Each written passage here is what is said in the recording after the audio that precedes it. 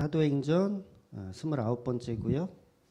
비밀의 계시라는 제목입니다. 사도행전 8장 26절에서 40절까지 보겠습니다.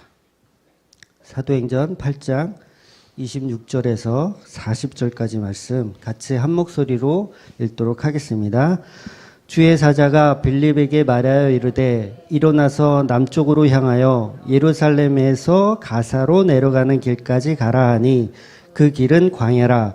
일어나서 가서 보니 에디오피아 사람 곧 에디오피아 여왕 간다게의 모든 국고를 맡은 관리인 네시가 예배하러 예루살렘에 왔다가 돌아가는데 수레를 타고 선지자 이사야의 글을 읽더라. 성령이 빌립더러 이르되 이 수레로 가까이 나아가라 하시거늘 빌립이 달려가서 선지자 이사야의 글 읽는 것을 듣고 말하되 읽는 것을 깨닫느냐? 대답하되 지도해 주는 사람이 없으니 어찌 깨달을 수 있느냐 하고 빌립을 청하여 수레에 올라 같이 앉으라 하니라.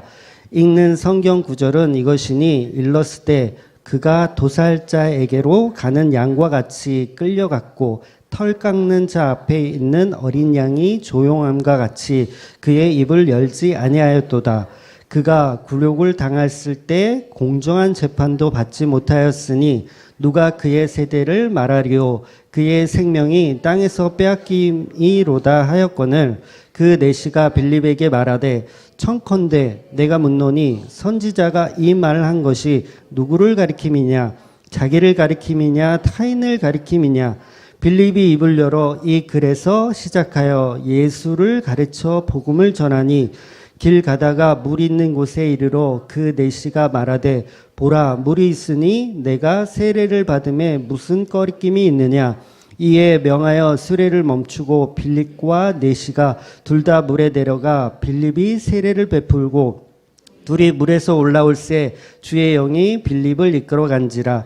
네시는 기쁘게 길을 가므로 그를 다시 보지 못하니라. 빌립은 아소도에 나타나 여러 성을 지나다니며 복음을 전하고 가이사랴에 이르니라. 아멘. 네. 오늘은 비밀의 계시라는 제목이고요. 이제 사경회 때 제가 말씀드릴 제목이 이제 종교와 기독교라는 제목입니다. 기독교와 종교라는 제목이에요. 그래서 사경회 때도 이 부분에 대해서 집중으로 말씀드릴 건데. 종교라고 하는 것은 진리를 알지 못하는 인간이 죄로 인해서 진리를 알 수 없는 존재죠. 알 수 없는 존재가 되어버린 인간이 신을 찾아서 떠나는 여행을 종교라고 하는 거예요. 그러니까 하나님을 만날 수 없는 죄인이 하나님을 만나겠다고 하나님 만나려고 열심히 떠나는 것, 그게 바로 종교입니다.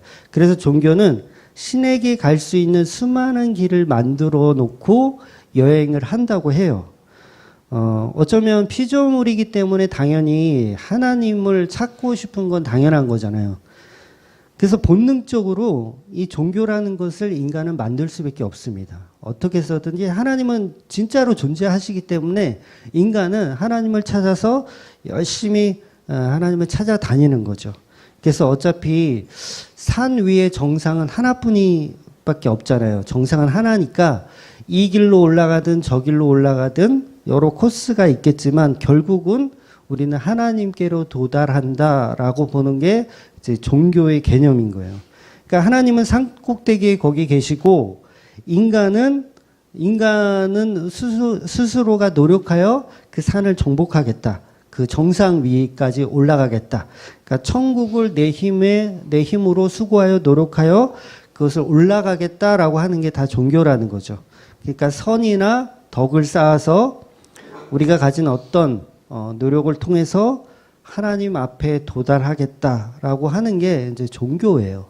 그래서 우리가 그 애니메이션 얼마 전에 봤었던 그 철로 역정이라는 애니메이션을 보면 그 애니메이션이 참 잘 만들었어요. 참 복음적으로 잘 만들었는데 한 가지 흠이 있다면 오해를 살 수 있다는 거죠. 어떤 거냐면 우리가 마치 하나님을 찾아서 기나긴 여행을 하는 것처럼 우리의 힘으로. 근데 절대 그렇지 않습니다. 하나님의 이끄심으로 가는 거지 우리의 힘으로 하나님을 찾아 여행을 떠나는 게 아니에요. 그래서 성경을 잘 모르는 분들이 철로역정을 그냥 보면 혹시 기독교라는 것도 우리가 어떻게 노력하고 수고해서 그 길을 찾아가는 건가 보다라고 생각하면 이건 저자의 의도와는 상관없는 해석이 되는 거죠. 그래서 우리는 하나님 앞에 도달할 수 없는 존재가 맞는 거예요. 그래서 종교인들을 보면 굉장히 측은하다는 생각이 들어요. 그러니까 특히 우리 스님들을 보면 그 절에 가끔 이렇게 가서 보면 저 일부러 절 같은 데를 좋아하거든요. 이렇게 좋아해요, 제가. 뭐 어떤 다른 이유가 있는 건 아니라 종교에 대해서 좀 궁금하기 때문에.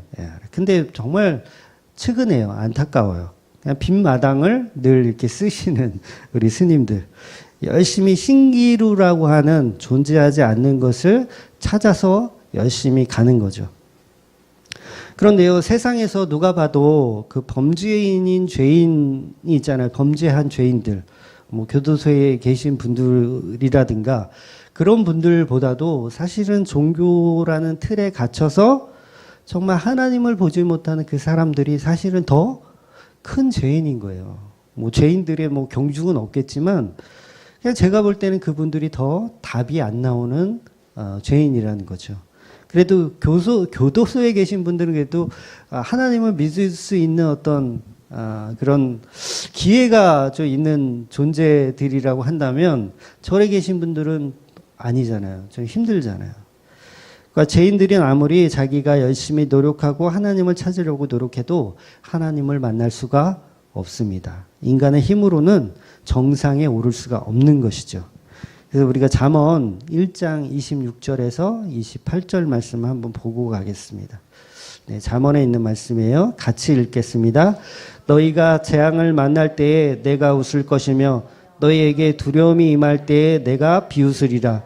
너희의 두려움이 강풍같이 임하겠고 너희의 재앙이 폭풍같이 이르겠고 너희에게 근심과 슬픔이 임하리니 그때 너희가 나를 부르리라.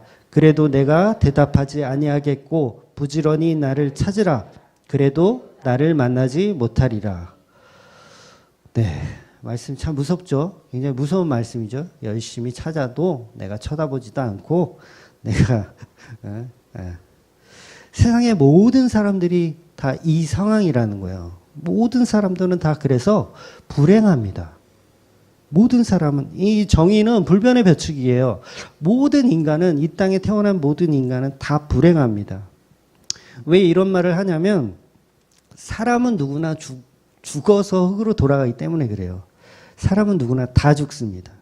죽음 앞에 자유한 사람이 단 한 명도 없어요. 그러니까 우리는 다 태어나는 순간부터 이미 죽음을 향해 가고 있는 거고 그 죽음을 향해 간다는 게 뭐예요? 우리는 불행한 존재라는 거예요. 불행한 존재. 그러니까 죽음이란 불행은 모든 인간에게 똑같이 기다리고 있어요. 그러니까 우리는 죽음을 향해서 계속 가는 거죠. 아무리 예수를 잘 믿어도 죽음을 피해갈 수가 없어요. 예수 잘 믿으면 여러분 안 죽습니까? 예수를 잘 믿어도 결국은 죽어요. 스데반이 돌에 맞아 죽었어요. 사람들이 슬퍼하며 울었을까요? 아니면 기쁘며 춤을 췄을까요? 슬퍼하며 울었어요. 그러니까 여러분 중에 누가 죽으면 우리는 슬퍼해요.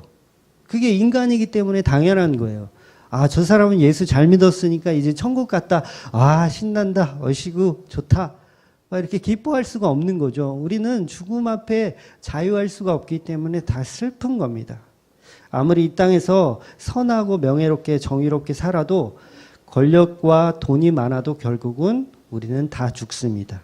그러니까 예수를 믿어도 결국은 죽습니다. 그래서 우리는 다 불행한 삶인 거예요, 인간은. 추석에 이제 고향들 다 다녀오신 분도 계시고 이렇게 성묘도 갔다 오고 하셨을 텐데 저도 이제 할아버지 산소에 아이들을 데리고 갔다 왔어요. 이제 여기에 한 20분이면 가거든요. 저희 그 산은. 그래서 이제 성묘를 갔다가 와서 이제 누나네 식구들이 마침 이제 가게에 와서 이제 같이 점심 먹으면서 이렇게 이야기를 했어요. 자연스럽게 이제 산소 이야기가 나왔는데 이제 아버지가 마침 이제 그때 이제 손주들 데리고 집에 올라가셔서 없는 상황이었어. 그래서 제가 자연스럽게 산소 얘기가 나왔어요. 그러니까 아버지가 돌아가시면 아버지 기분 나쁘게 듣지 마세요. 아버지가 돌아가시면 이제 그 어떻게 모실 건가를 이제 이야기를 했어요. 그랬더니 이제 당연히 이제 할아버지 산소 근처에 이렇게 수목을 하든가 수목장을 하든가 뭐 그런 식으로 이렇게 하자고 이렇게 의견이 나왔고 엄마도 그것을 좋다고 이렇게 허락을 하시더라고요. 그래서 좋다.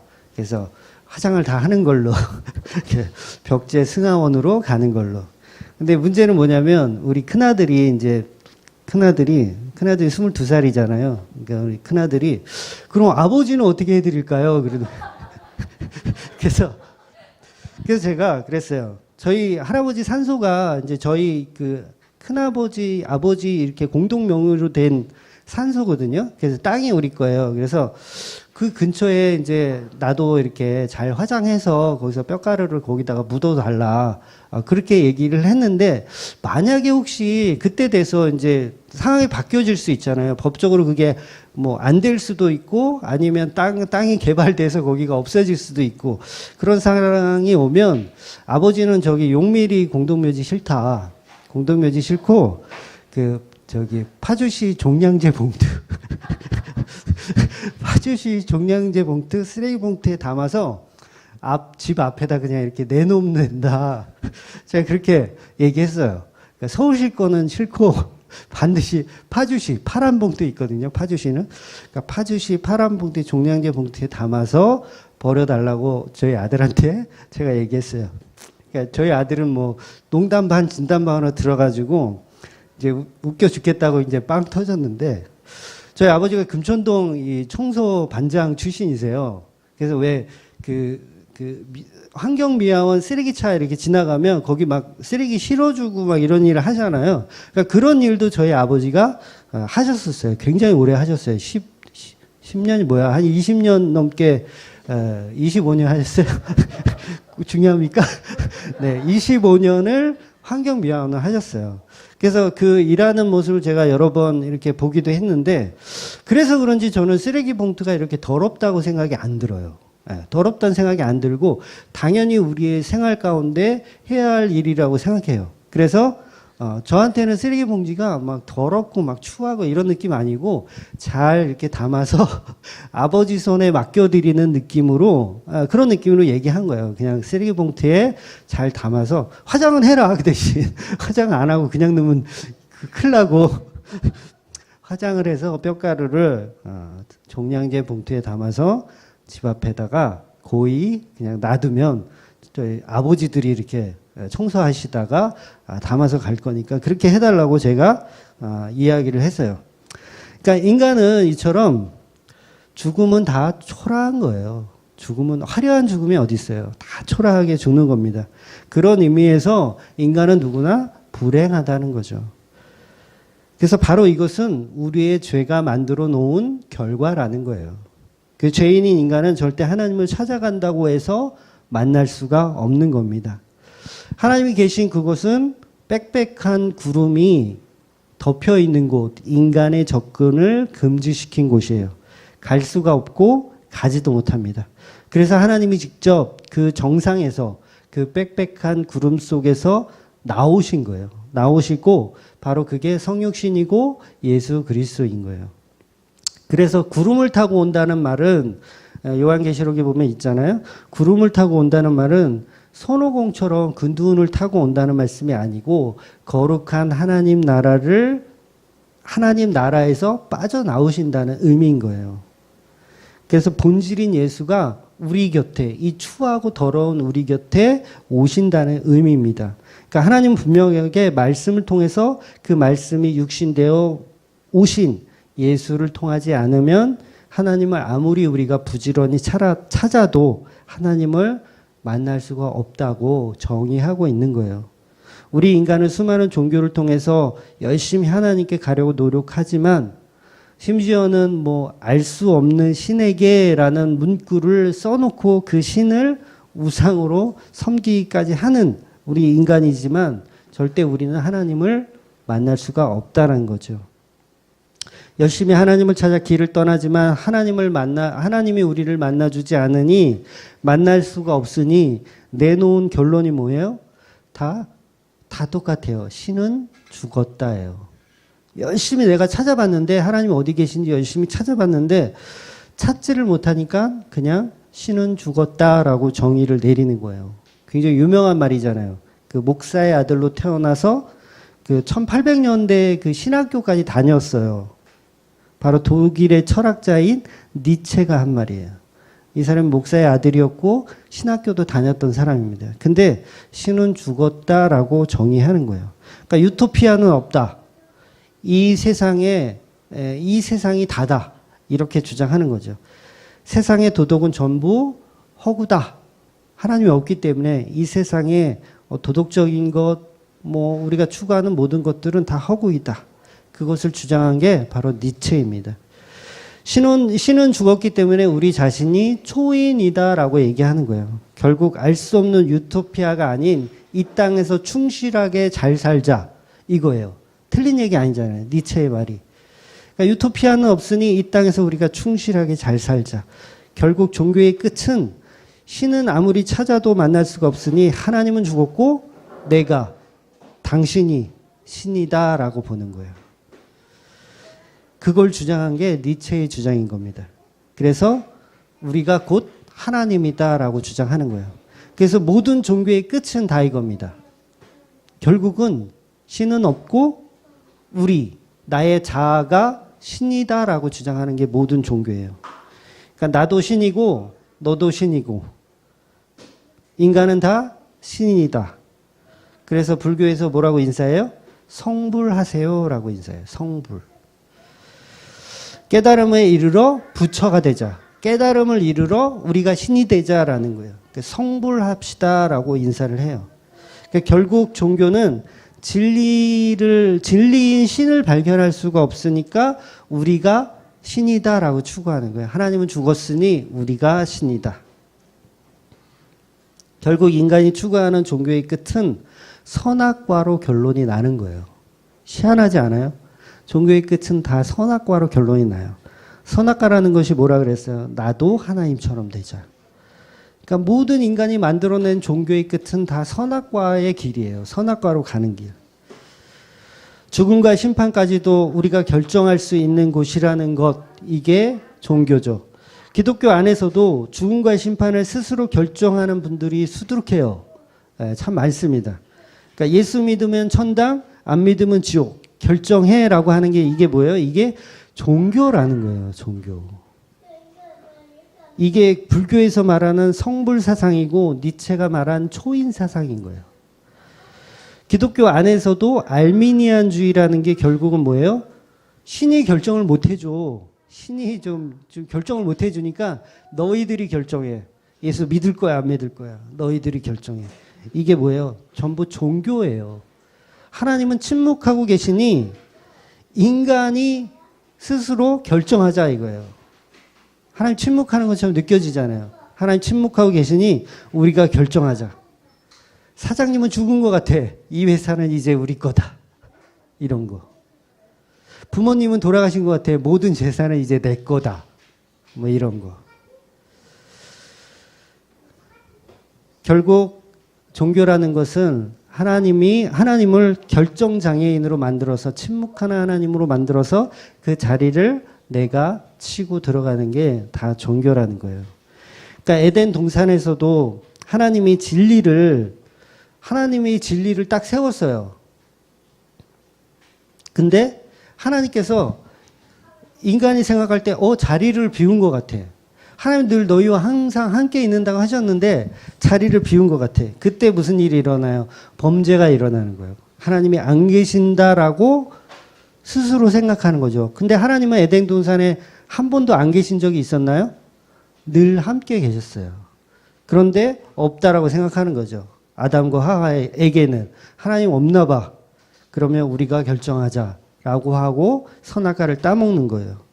인간 스스로 하나님이 없다고 생각하고 그 자리를 하나님의 자리를 자기가 차지해서 들어가는 거죠. 그게 바로 선악과입니다. 지금 하나님이 없어서 판단을 못 해주니 내가 그 자리에서 하나님처럼 판단하자. 바로 이게 선악과이고 이게 바로 하나님이 말씀하신 죄의 정의예요. 근데 우리는 다 그 정의를 가지고 종교 생활을 하는 거예요. 스스로가 천국과 지옥의 결정권을 갖는 것, 이게 바로 본인들이 신이 된 거예요. 신이 된 거. 그러니까 이게 말이 안 되는 겁니다. 예수 믿을래? 너 믿으면 천국 간다? 이 말이 안 되는 거예요. 왜냐하면 그 결정을 인간이 하는 거기 때문에 곧 인간이 신인 거예요. 우리는 천국과 지옥을 결정할 수 없는 그냥 피조물에 불과합니다. 결정할 수 없어요. 하나님이 너는 천국 가 그러면 천국 가는 거고 너는 지옥 가 그러면 아무 말 할 수 없이 지옥 가는 게 피조물의 자리라는 거죠. 근데 그 하나님의 결정이 싫잖아요. 지옥 가라는 결정이 싫어요. 그래서 그거 따지는 거예요. 난 그거 싫어요 라고. 나의 존재를 어떻게 보시고 하나님 그러십니까?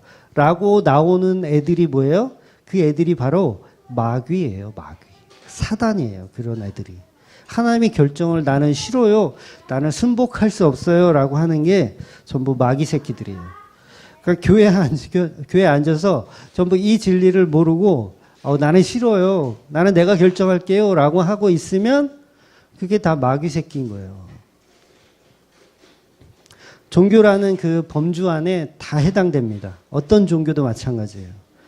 그럼 진짜 기독교는 뭐냐?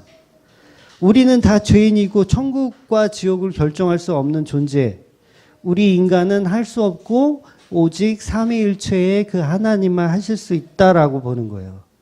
모든 결정은 하나님이 하신다.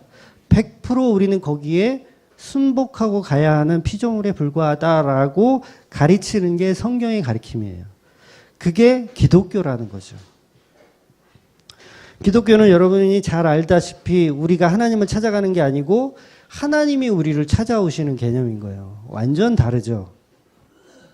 세상의 모든 종교는 인간이 하나님을 찾는 방식이지만 기독교만 유일하게 하나님을 찾아가는, 하나님이 우리에게 찾아오는 방식인 거예요.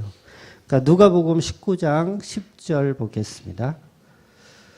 시작. 인자가 온 것은 잃어버린 자를 찾아 구원하려 함이니라. 그러니까 하나님이 우리를 찾아오셔서 우리를 구원하는 개념이지 우리가 결정하는 개념이 아닌 거예요. 그러니까 누가복음 15장에 보면 잃은 양 찾는 그 목자의 비유, 그리고 잃어버린 드라크마를 찾는 여인의 비유가 나오잖아요. 다 하나님이 찾아오시는 거예요, 우리를. 기독교는 하나님이 죄인인 저와 여러분에게 찾아오시는 겁니다. 우리가 찾아가는 게 아니고 그건 전부 종교 사기예요. 종교 사기. 우리는 하나님을 찾아가는 게 아닙니다. 하나님이 우리를 찾아오는 거예요. 그러니까 하나님 앞에 고개도 들 수 없는 그 죄인으로 있을 때 하나님이 찾아오시는 거죠. 그래서 우리가 교회에서 예배하는 것도 우리 힘으로 우리 노력으로 예배하는 것 같지만 하나님이 먼저 우리에게 찾아오셔서 교회로 만드신 거예요. 그러니까 종교하고는 그 방향성이 완전히 다르죠. 여러분 복음적인 그 목사님들 설교를 듣고 그 논리에 우리가 설득되어서 주맘교회 찾아오신 게 아니에요. 여러분이 유튜브 보면서 이혜원 목사 이거 좀 괜찮네, 설교 좀 괜찮네, 복음적이네 라고 해서 찾아온 게 아니고 이미 하나님이 여러분 마음에 예수 그리스도가 찬 복음인 십자가 복음을 듣게끔 만들어 놓으신 거예요. 만들어 놓으신 거. 그러니까 똑같은 설교를 들어도 어떤 이는 안티가 되어서 주맘교회 부셔버릴 거다 막 이렇게 협박을 하고 목사 이름도 알고 내가 교회 이름도 알고 내가 찾아가서 혼내주겠다. 뭐 11조 동영상을 당장 내려라. 응? 요따위 소리를 하는 거예요. 같은 설교를 듣는데도 불구하고. 어떤 이는 30년 동안 신앙생활을 했는데도 불구하고 그냥 복음적인 설교를 듣고 나서 내가 그동안 신앙생활을 참 허투루 했구나, 내가 엉터리로 했구나라는 걸 깨닫고 너무도 감사하다고 말하는 사람들도 분명히 있다라는 얘기예요. 똑같은 설교를 들어도 이게 갈린다는 거죠. 여러분 진리의 복음은 그래서 하나님이 열어주지 않으면 못 듣습니다. 2, 3년을 설교를 들어도요. 나중에 엉뚱한 소리를 하시는 분들이 있더라고요. 제 주위에도 있어요. 그러니까 주맘교회 이제 시즌 1, 2, 3를 보내면서 아무리 논리적으로 설명을 해봐야 소용이 없구나. 그걸 깨달았어요. 아, 이거 소용이 없구나. 듣는 귀가 있어야 듣는구나라는 걸 제가 절실히 깨달았습니다. 그래서 저는 이 설교 영상을 이제 인터넷에 유튜브에 올리잖아요. 아, 참 감사해요. 지금 못 알아들어도 나중에는 혹시 찾아 들으면은 그때 되면 좀 알아듣는 분들이 계실까 하는 그 마음이 위로가 돼요. 제가 무슨 책을 막 이렇게 써가지고 출판하는 사람이면 책으로도 위안이 되겠지만 아마 책을 쓰는 분들도 다 그런 마음일 거예요. 책을 써서 이렇게 나중에라도 이렇게 보게 되면 복음을 깨달을까? 그런 마음. 또 이장호 목사님 책도 이번에 언약을 따라서 책 출판하셨더라고요. 그래서 너무 반가운데 그런 책들이 나중에라도 지금은 이제 이장호 목사가 누구야? 뭐 아무도 못 알아주지만 그 책 한 권이 나중에는 어떤 그 복음적인 역할을 할 수 있을지 모르는 거잖아요. 그러니까 그게 참 위로가 된다는 거죠. 그래서 지금은 못 알아듣더라도 계속해서 이렇게 설교 한 편 한 편을 정말 하나님의 은혜로 하고 있는 것이죠. 그러니까 십자가 강도가 두 강도가 달렸는데 한 명은 끝까지 예수님을 저주하고 죽고 다른 한 명은 예수를 구주로 영접하고 죽더라는 거예요. 그러니까 똑같은 직업, 똑같은 강도고 똑같은 설교를 들었고 똑같은 소문을 들었을 터인데 서로 다른 해석을 하고 다른 이야기를 하더라는 겁니다. 보통 목사들이 같은 본문으로 여러 가지 설교로 해석을 해요. 이게 맞는 건가요? 본문이 딱 있어. 예수님이 하신 말씀에 본문이 딱 있는데 이 본문을 가지고 해석이 막 여러 가지로 나와요. 이게 맞아요? 틀린 거예요. 성경은 단 하나의 방향성을 가지고 말하지 여러 가지 해석이 나오면 그게 이상한 거예요. 물론 단계적인 접근은 있어요. 어린아이한테 설교하는 방식, 그 다음에 조금 좀 신앙이 성장한 사람한테 설교하는 방식, 이 단계는 다르지만 설교의 방향성은 틀리면 그건 다 틀리는 거예요. 본문을 가지고 똑같이 설교해야지 그게 맞는 겁니다. 근데 목사마다 결론이 다 달라요. 그러면 하나만 진짜고 나머지는 다 엉터리라는 거예요. 이거는 인간의 논리로도 이해할 수 있는 거예요. 그러니까 나머지 해석은 잘못된 것들인 거예요. 나머지 해석들은. 그러니까 바른 복음은 극소수일 수밖에 없는 거죠. 그러니까 설교의 과정은 다 다를 수 있겠지만 방향성만은 똑같아야 한다는 거죠. 그러니까 모든 본문의 설교의 결론은 예수를 믿자로 결론이 나야 돼요. 그러니까 십자가만을 의지하자라고 결론이 나야 돼요. 그러니까 예수가 답이구나라고 결론이 나야 돼요. 근데 같은 본문으로 어떤 목사는 봉사를 잘하자로 끝나고 어떤 목사는 기도를 열심히 합시다로 끝나고 어떤 목사는 교회를 빠지지 마라로 끝나고 추석이라고 교회 영업합니까? 라고 이런 질문을 하지 말고 교회 오라고 라고 끝나고 모든 방향성은 예수 그리스도의 십자가로 부활로 결론이 나야 된단 말이에요. 그런데 다 목사들의 성경 해석이 다른 쪽으로 가면 그건 전부 가짜라는 것을 스스로가 증명하고 있는 거예요. 그러니까 십자가의 두 강도가 예수님께 무슨 설교를 들었습니까? 몇 마디 들은 것도 없어요. 뭐 소문도 그닥 많이 들었을 것 같지도 않아요. 그런데도 전도가 되더라는 겁니다. 그런데도. 그러니까 우편 강도처럼 이렇게 흡수가 이렇게 빠르신 분들도 계시죠. 근데 베드로나 사도 바울은 굉장히 흡수가 늦었어요. 굉장히 느렸습니다. 그러니까 3년 반을 도시락 싸들고 다니면서도 말씀을 가르쳤는데 못 알아들었다는 거예요. 베드로는. 바울도 마찬가지죠. 평생을 못 알아들었어요. 다메섹 도상에서 예수 그리스도가 복음을 증거해 주기 전까지는 못 알아들었어요. 저와 여러분도 마찬가지죠. 뭐 갑자기 팍 들어가지고 하신 분 아마 별로 없을 거예요. 다 천천히 뒤늦게 복음을 알게 되는 겁니다. 대부분이 아마 동의하실 거예요. 저도 한 20년 가까이 내가 만들어 놓은 신을 믿고 있었어요. 내가 만들어 놓은 예수, 내가 추구하고 싶은 예수를 믿고 있었어요. 그 믿음은 그 듣는 귀 예수의 영이 없었던 거죠. 예수의 영이 오시면 그 영이 바로 성령입니다. 그 성령이 말씀을 이해하게 해 주시는 거예요. 성령이 아니면 우리는 말씀을 이해할 수가 없습니다. 성경을 전부 문자로 볼 수밖에 없어요. 이 문자로 본다는 의미가 뭐냐면 어떤 소설이나 법전으로만 이해한다는 거예요. 그냥 지침서. 우리 인간이 어떻게 하면 잘 사는가에 대한 지침서로 성경을 본다는 거죠. 그래서 스님들이 하는 해석하고 가짜 목사들이 하는 해석하고 똑같이 나올 수밖에 없어요. 내용이 똑같아요. 스님들이 하는 해석과 가짜 목사들이 하는 해석이 똑같습니다. 근데 보세요. 성경이 그냥 단순한 문자라면 스님들이 하는 해석이나 목사들이 하는 해석이 똑같은 게 맞아요. 예, 그게 맞는 거예요. 근데 서로 다르면 오히려 그게 이상한 거죠. 근데 성경은 그냥 일반적인 문자가 아니고 비밀의 계시라고 이야기한단 말이에요. 비밀의 계시. 그러니까 오늘 제목이기도 하죠. 비밀의 계시. 그러니까 이 비밀의 계시는 성령의 도우심 없이는 절대로 그 비밀의 계시를 이해할 수 없는 거예요.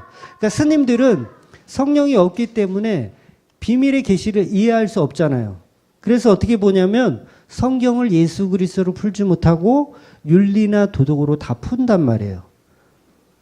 그러면 가짜 목사들도 마찬가지로 스님들과 똑같이 윤리나 도덕으로 다 풀어요. 예, 그게 맞는 거예요. 그렇게 가는 거예요. 근데 성령이 임하시면 이제 성경을 비밀의 계시로 풀어준단 말이에요. 다른 내용으로 푸는 거예요. 우리가 추구하는 내용, 종교가 아닌 진리로 풀어주신다는 거예요.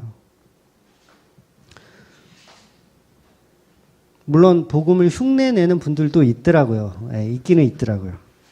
그러니까 아무리 성경을 많이 보고 달달 외워도 성령이 일깨워주지 않으면 그냥 복음이 아닌 다른 소리를 하게 되어 있습니다. 에베소서 3장 3절 4절 한번 볼게요. 시작. 곧 계시로 내게 비밀을 알게 하신 것은 내가 먼저 간단히 기록한과 같으니 이것을 읽으면 내가 그리스도의 비밀을 깨닫는 것을 너희가 알 수 있으리라. 비밀이라고 하는 거예요. 비밀이라고. 그리고 이어서 5절에는 사람의 아들들에게는 알려주지 않았다라는 내용이 또 덧붙여져 있어요. 그러니까 사람의 아들들. 세상 사람들은 성경을 아무리 읽어도 그 비밀을 알 수 없다라고 성경이 정의하고 있는 거예요. 그러니까 성경의 비밀이 뭐예요? 이 비밀이 예수 그리스도잖아요. 그러니까 이 예수 그리스도의 비밀은 오직 성령을 통해서만 발견할 수 있다는 거예요. 그러니까 스님들이 보는 성경에는 예수가 없어요. 예수가 없어요. 출판사에서 예수를 다 뺐는지 스님들이 보는 시각에서는 예수 그리스도가 없습니다. 그러니까 성경 말씀을 가지고 십자가로 예수를 연결시키지 못하고 윤리나 도덕으로 다 연결시키는 거예요. 그러니까 예수님을 뭘로 보는 거예요? 박애주의자로 보는 거예요. 예수님을 겸손한 사람으로 보는 거예요. 예수님을 그런 어떤 좋은 일을 했던 성인으로 보는 거예요. 스님들이 보는 시각은 딱 그겁니다. 진리의 비밀의 계시를 못 보니까. 아무리 스님들이 성경을 백독을 읽고 열심히 노력해도 비밀의 계시인 예수를 찾을 수가 없는 거예요. 그러니까 한국교회 5만 교회가 지금 동시다발적으로 설교를 하고 있어요. 근데 이 설교 안에 예수 그리스도의 비밀인 그 예수 그리스도의 이름이 선포되지 않으면 그건 다 뭐예요? 스님들인 거예요. 스님들. 그러니까 오늘 본문에 보면 에티오피아 여왕의 국고를 맡은 재무장관 네시가 등장을 합니다. 우리나라는 네시 그러면 이제 코믹적인 소재로 많이 사용을 해서 이미지가 완전 개바닥인데 여러분 네시가 굉장히 높은 사람이에요, 여러분. 그 궁궐에서도 실제로 엄청난 힘을 갖고 있었기 때문에 한마디로 실세. 그러니까 국정을 농단할 수 있는 힐세들이 바로 내시들입니다. 그래서 왕의 비밀스러운 업무들을 다 감당을 하고 실세로 부각된 그런 사람들이에요. 너무 권력이 세요. 오죽했으면 거세를 시켜버려요. 오죽했으면. 너무 세니까. 그 권력이 굉장히 막강한 사람이 바로 내시부였다는 거예요. 그러니까 보이지 않는 권력의 힘이 있었다는 거죠. 그래서 조선시대, 그 고려시대 때에도 그 내시들은 벼슬이 올라갈 수 있는 상한선을 법으로 정해놨어요. 그래서 너희들은 여기까지는 이상은 올라갈 수 없어라고 법을 정해놨어. 그 법을 정해놓은 이유가 뭐예요? 너무 힘이 세기 때문에 그런 거예요. 그래서 뭐 종이품 거기까지밖에 못 올라가죠. 이 내시 출신은. 그래서 드라마 같은 데 보면 저도 사극을 굉장히 좋아하는데 상선이라는 내시가 있어요. 상선. 상선 영감 막 이렇게 영감이라고 부르나? 하여튼 상선 나리 이렇게 부르는데 그 상선이 그 내시부에서 가장 높은 계급이라 그래요. 그 이상은 이제 올라갈 수가 없다고 하더라고요.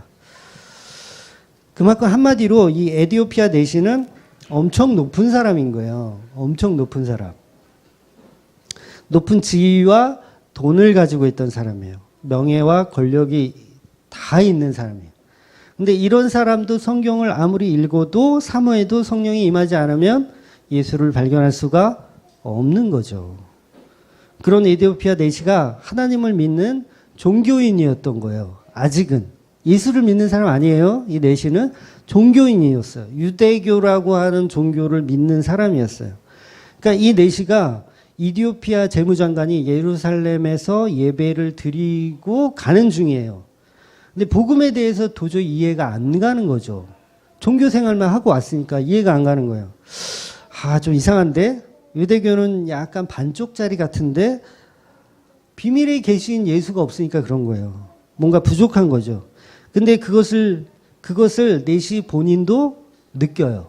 네, 본인도 느껴요. 그러니까 하나님이 이제 귀를 만들어 주시는 과정인 거죠. 본인도 느낀 거예요.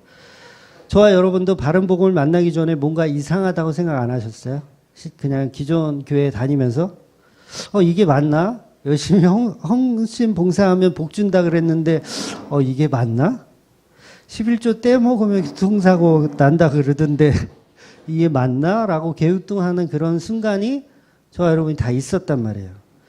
저도 그런 시간을 거쳐서 여기까지 온 거고요. 정말 갈 만한 교회 없더라고요. 정말 갈 만한 교회가 없어서 지금은 이제 제가 아는 데가 몇 군데 있어요. 창원에도 있고 뭐 부산에도 있고 뭐 대구에도 몇 분 계시더라고요. 그러니까 오죽하면 교회 이름을 갈 만한 교회라고 적었겠어요. 그러니까 이 내시의 상황이 바로 저와 여러분의 상황이었던 거예요. 뭔가 복음은 복음인데 뭔가 좀 개운하지 않은 마치 여전히 종교 생활하는 것 같은 그런 느낌. 진리가 아닌 것 같은 그런 느낌. 그러니까 복음은 정확하게 모르겠지만 유대교 자체는 뭔가 아니라고 생각한 거예요. 그러니까 구약 성경은 전부 예수 그리스도의 그림자뿐이잖아요. 예수 그리스도의 그림자뿐. 그러니까 그림자만 가지고는 진리를 발견하지 못하는 거죠. 그러니까 진리를 도달하지 못한 인간들은 종교의 수준에 머물러서 이건 아닌 것 같은데, 이건 아닌 것 같은데 라고 허덕이는 사람이 지금 많아요. 지금 한국교회 가나안 성도가 얼마나 많은지 아세요? 다 허덕거리고 있는 거예요. 허덕거리고. 진리가 없으니까 허덕거리고 있는 거예요. 그래서 스스로 하나님을 찾아 에디오피아 재무부 장관임에도 불구하고 다른 나라 예루살렘까지 와서 신을 찾아온 거예요.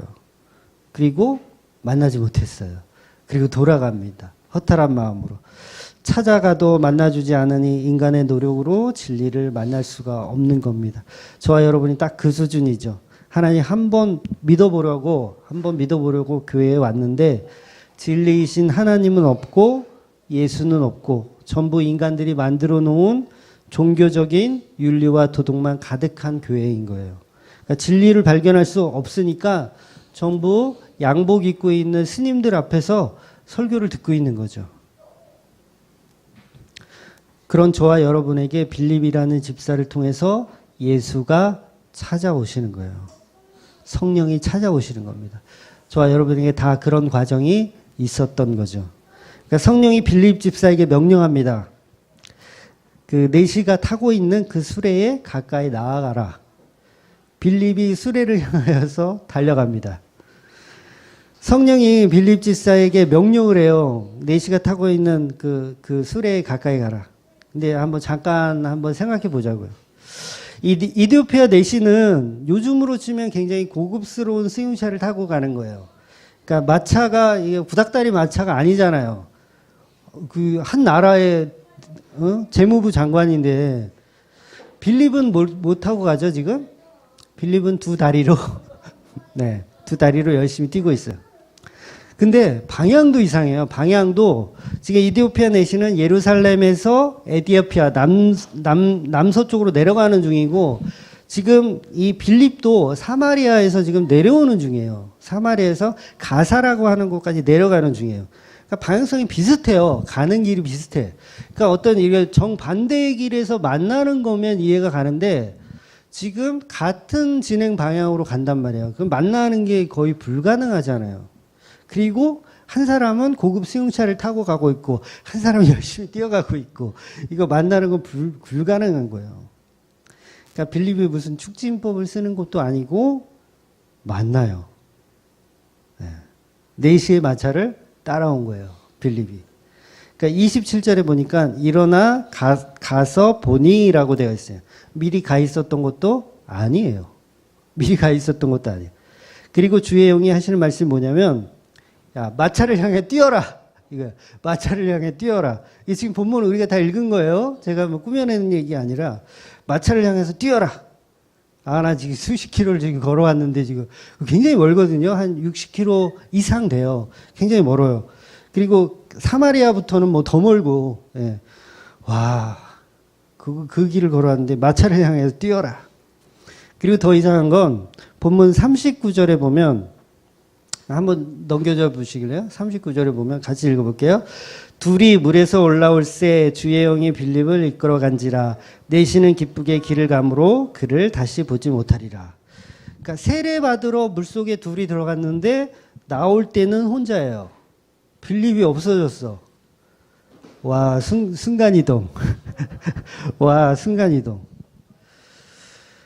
자, 무슨 말을 성경이 하고 싶은 거냐면 순간이동을 얘기하는 게 아니라 빌립은 전도자의 주체가 아니라는 거예요.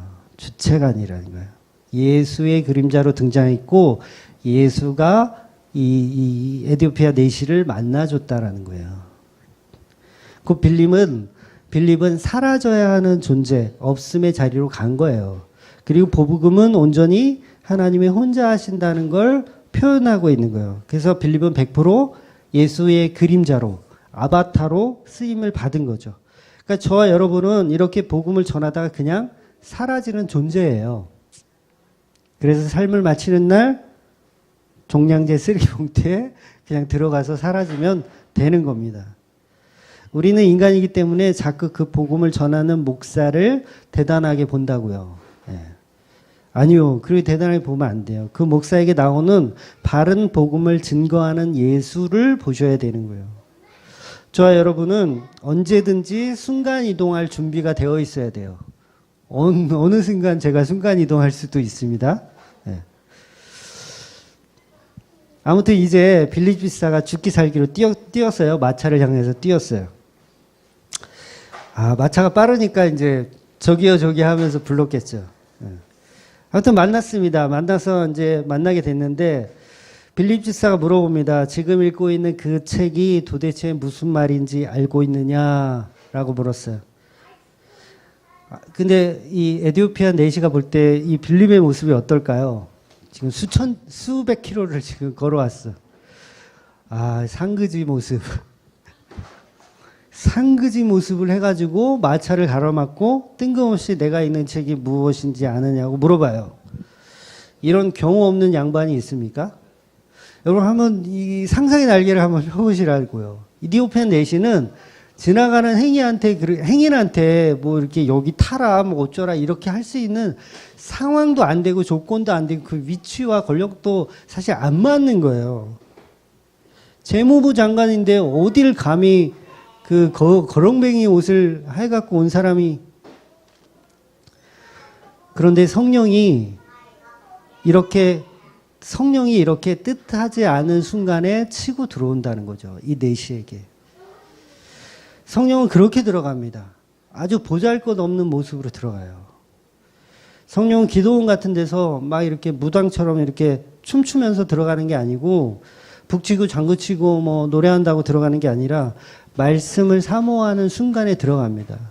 이 내시는 말씀을 사모하고 있어요. 이사야서를 읽으면서 도대체 하나님 이게 무슨 뜻인지 전 도대체 모르겠습니다. 내시는 성경을 아무리 읽어도 도대체 뭔 소리인지를 모르겠는 거예요. 아니, 내용은 알아요. 문자적인 내용은 압니다. 무슨 내용인지는 알아요. 그런데 그 방향성을 예수로 연결을 못 시키고 있는 거예요. 그러니까 종교의 수준이죠. 딱 스님들이 해석하는 수준으로 해석하고 있는 거예요. 그러니까 답답한 거죠.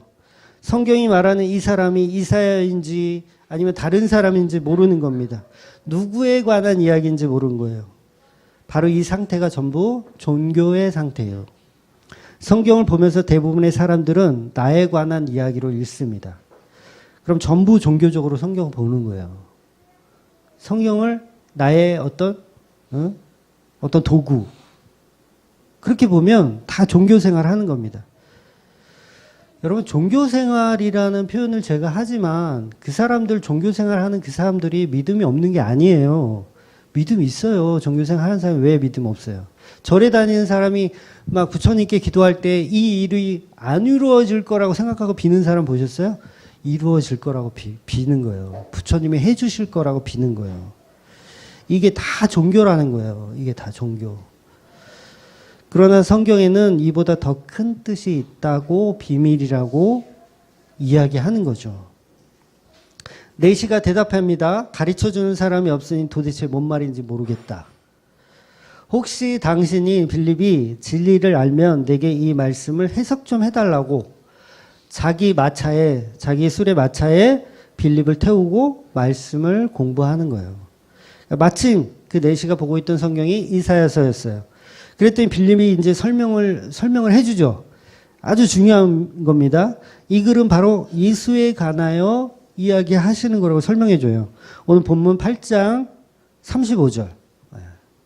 8장 35절 시작. 빌립이 입을 열어 이 글에서 시작하여 예수를 가르쳐 복음을 전하니.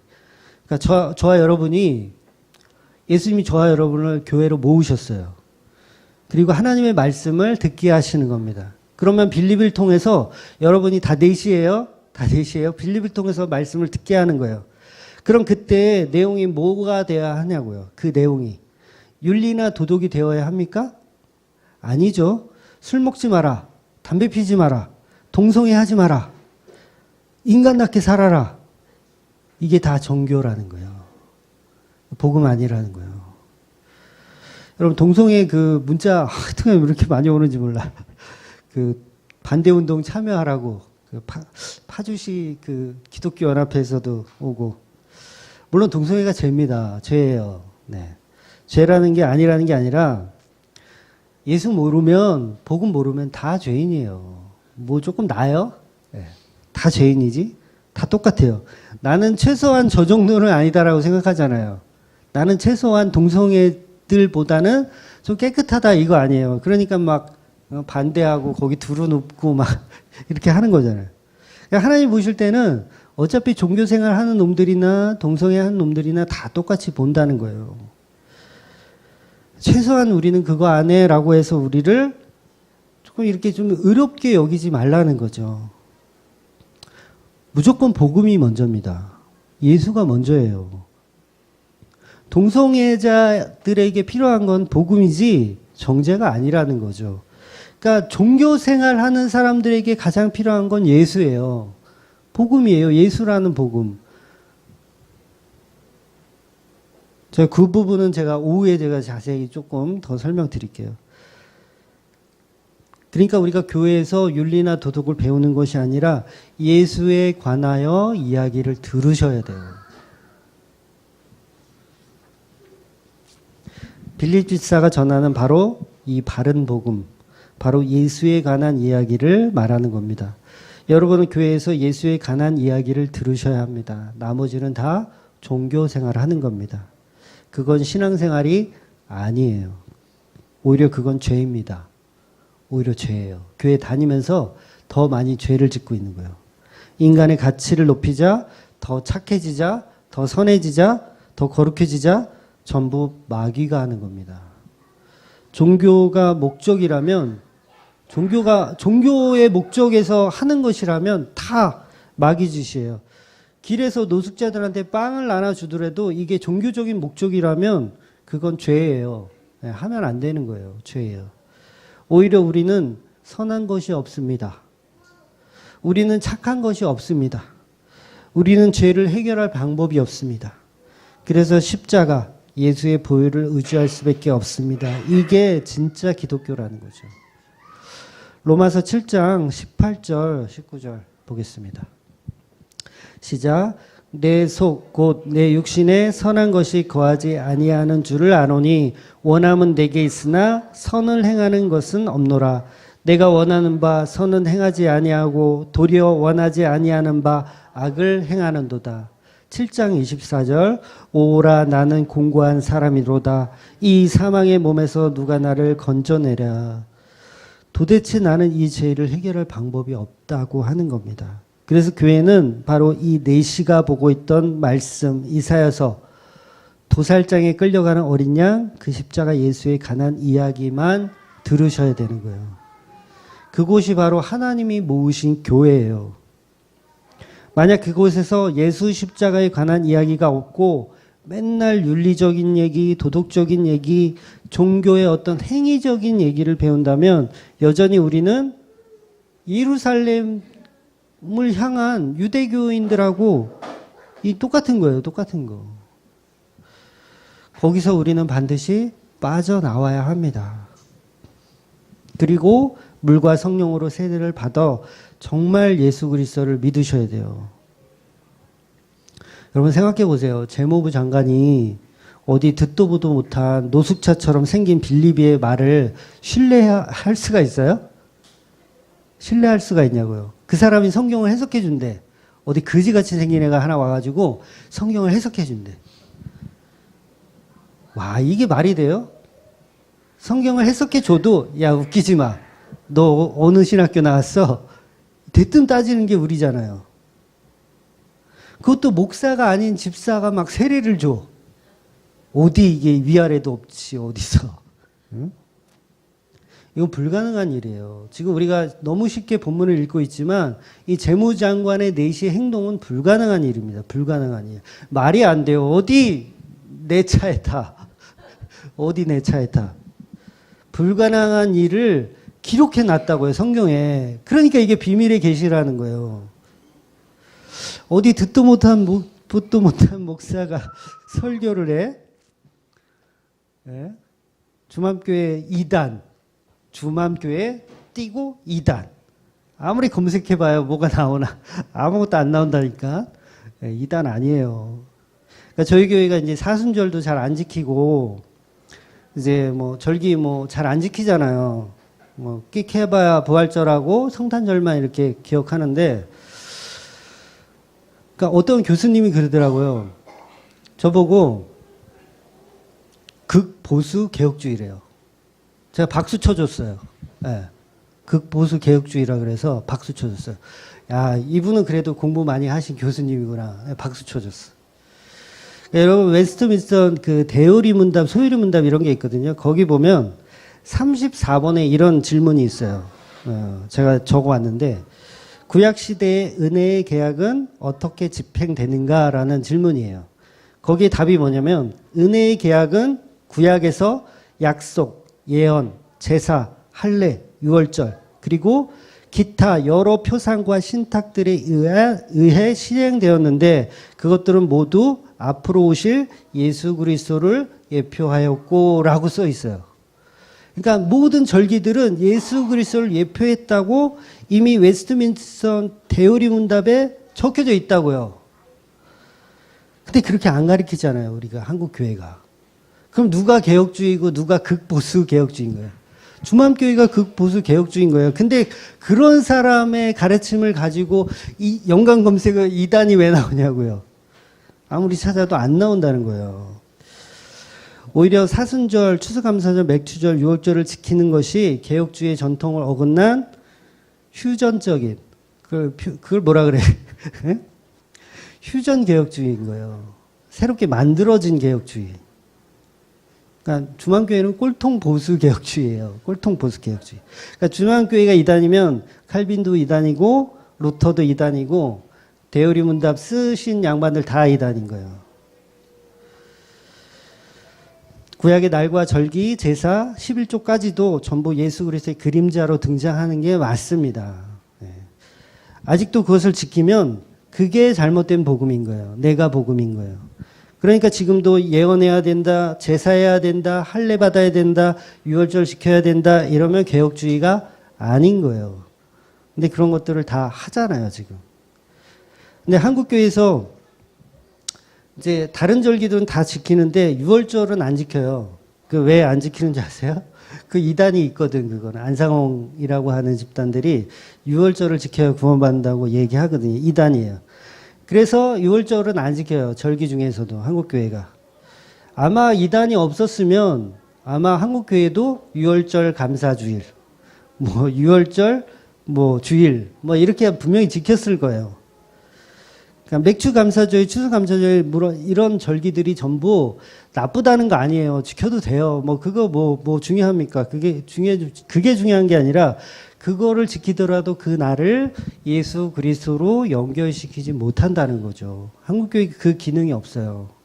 전부 어떻게 하면 헌금 더 거둘까? 그거에 혈안이 된 거지 예수 그리스도로 연결을 못 시킨다는 거죠. 그게 사실은 큰 문제라는 거예요. 그러니까 루터는 이런 말을 했어요. 주의 날이 유일한 절기의 날이어야 한다라고 얘기했어요. 칼빈도 마찬가지고 칼빈도 제네바에 도착하자마자 했던 말이 주의 날이 유일한 절기의 날이다라고 선포하고 사역했어요. 칼빈은 오히려 성탄절까지도 그렇게 비중 있게 생각을 안 했어요. 예수님이 언제 자기 생일 지켜달라고 했냐? 그렇잖아요. 예수님이 언제 자기 생일을 지켜달라고. 모든 절기와 날과 절은 다 예수 그리스도를 예표하는 그림자이기 때문에 그건 중요한 게 아닙니다. 여러분, 예수 그리스도의 십자가로 연결시키지 못하는 절기들은 전부 쓰레기예요. 쓰레기. 네. 교회에서는 예수 그리스도를 말하는 거예요. 예수 그리스도를 연결시키지 못하는 교회는 다 절입니다. 절이에요. 양복 입은 스님들한테 설법 듣는 거예요. 그러니까 자꾸 복이나 달라고 하는 거예요. 자꾸. 스님 복이나 주시지요. 절에 다니지 마시고 제발 교회에 다니시기 바랍니다. 설법은 그만 들으시고 정말 복음을 들으시길 바랍니다. 종교생활 그만하시고 예수 그리스도를 믿는 저와 여러분 되시기를 주의 이름으로 축원드립니다. 아멘. 기도하겠습니다.